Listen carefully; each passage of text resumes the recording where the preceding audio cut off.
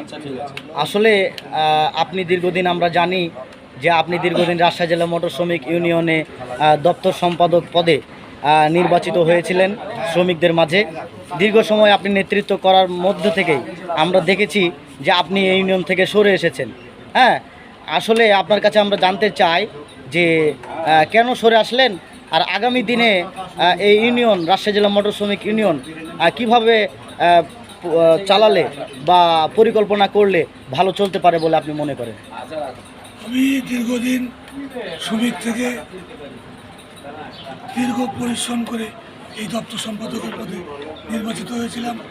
আমার মনে হয়েছিল যে নেতৃত্বে গেলে কিছু সচেতনতা বৃদ্ধি করা উচিত। সচেতনতা বৃদ্ধির লক্ষ্যে অনেক চেষ্টা করার পরেও সেখানে আমি কোনো ফলপ্রদ লাভ করতে পারিনি। দেখলাম যে আমার একার প্রচেষ্টায় এই ইউনিয়ন সচেতনতা বৃদ্ধি করা সম্ভব নয়। তাই আমি নিজেই দেখলাম যে আমার এই চেষ্টা বৃথা। তাই আমি নিজেই সরে আসলাম। আগামীতে এই রাজশাহী জেলা মোটর শ্রমিক ইউনিয়নের নিরহ শ্রমিকের সঠিক পদক্ষেপ হবে তাদের সত্যের পথে এগিয়ে যাওয়া, কোনো নেতার পক্ষপাতিত্ব না করা এবং সঠিক কাজে এগিয়ে যাওয়া এবং নিজেদের কর্মে বিশ্বাসী হওয়া। আচ্ছা, আপনার নামটা দর্শকদের সামনে বলবেন যে আপনার নাম কি এবং আপনার পদ কি ছিল?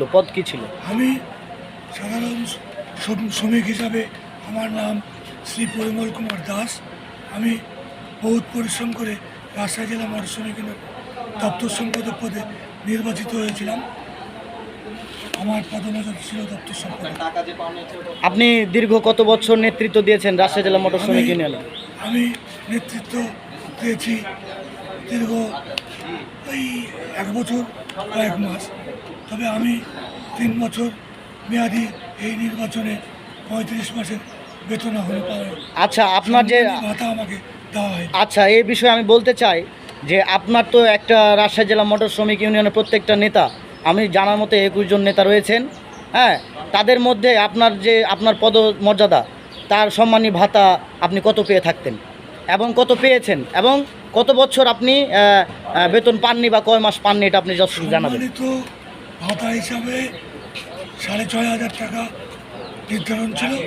এই টাকাটা কয়েক মাসের আমাকে চোখে দিয়েছে অল্প অল্প টাকা। হ্যাঁ, কত আনুমানিক কত পেয়েছেন আপনি? আমি এখনও 35 মাসের সম্মানী ভাতা পাবো।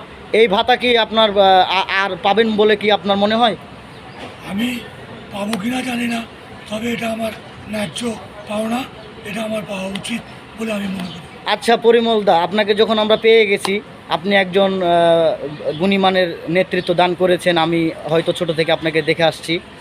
আপনি একটা কথা বলবেন আমাদেরকে যে আমাদের যে রাজশাহী জেলা মোটর শ্রমিক ইউনিয়নের অনেক শ্রমিক যে কন্যা বিদায়ের টাকা বা এই যে আপনার শিক্ষা ভাতা এবং যেটা মৃত্যুকালীন ভাতা, এটা কতটুকু আপনারা বাকি রেখেছেন আর কতটুকু পরিশোধ করতে পেরেছেন আর কতটুকু বাকি আছে, এটা কি আমাদেরকে ক্লিয়ার করতে পারেন? এটা আমার জানা মতে গত কমিটির দেনা পাওনা আছে শ্রমিকদের প্রায় 4 কোটি কয়েক লক্ষ টাকা। আচ্ছা এটা শ্রমিক কন্যাদায় শিক্ষা ভাতা মৃত্যুর টাকা পাবে। আচ্ছা, তো এখন বর্তমান যে সীমিত আয়, এই আয়ে এই দেনা পরিশোধ করা সম্ভব নয়। আমরা সম্প্রতি দেখছি যে আমাদের নতুন মুখ সভাপতি রাজশাহী জেলা মোটর শ্রমিক ইউনিয়নে আবির্ভূত হয়েছেন। আমরা গতকালকেও দেখলাম 1 মে দিবসের তারা পদক্ষেপ নিয়েছিল এবং রাস্তায় কর্মসূচি গ্রহণ করেছিল। এতে করে তাদের 4 জন নেতাকে হয়তো সেখানে দেখা গেছে। বাদবাকি যে 16 জন নেতা রাজশাহী জেলা মোটর শ্রমিক ইউনিয়ন পরিচালনা করেন, তাদেরকে এখানে পাওয়া যায়নি কেন? এই বিষয়ে কি আপনি কিছু জানেন? না, তাদেরকে পাওয়া যায়নি কেন এটা জানি না, তবে তারা টার্মিনালে অনেকেই উপস্থিত ছিল, এটা আমি দেখেছি।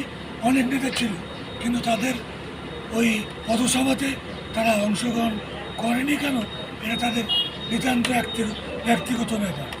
হ্যাঁ, এই বিষয়ে আমার জানা নাই যে তারা কেন অংশগ্রহণ করলো না।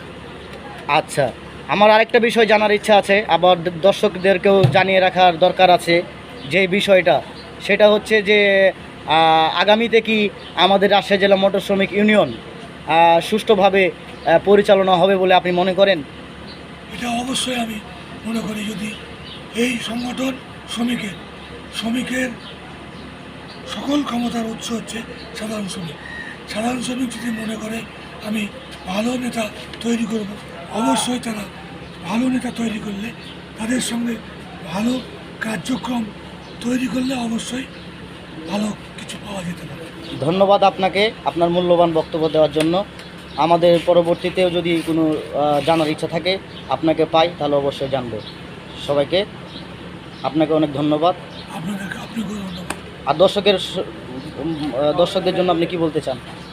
এই দর্শক, সাধারণ শ্রমিক, মিডিয়া, পুলিশ প্রশাসন সকলের প্রতি আমার আকুল আবেদন, তারা যেন সাধারণ শ্রমিকের নিরহ, দুর্বল, অসহায় শ্রমিকের পক্ষে কাজ করার জন্য তাদেরকে উৎসাহিত করেন, এই বলে আমি আমার বক্তব্য শেষ করছি। ধন্যবাদ আপনাকে।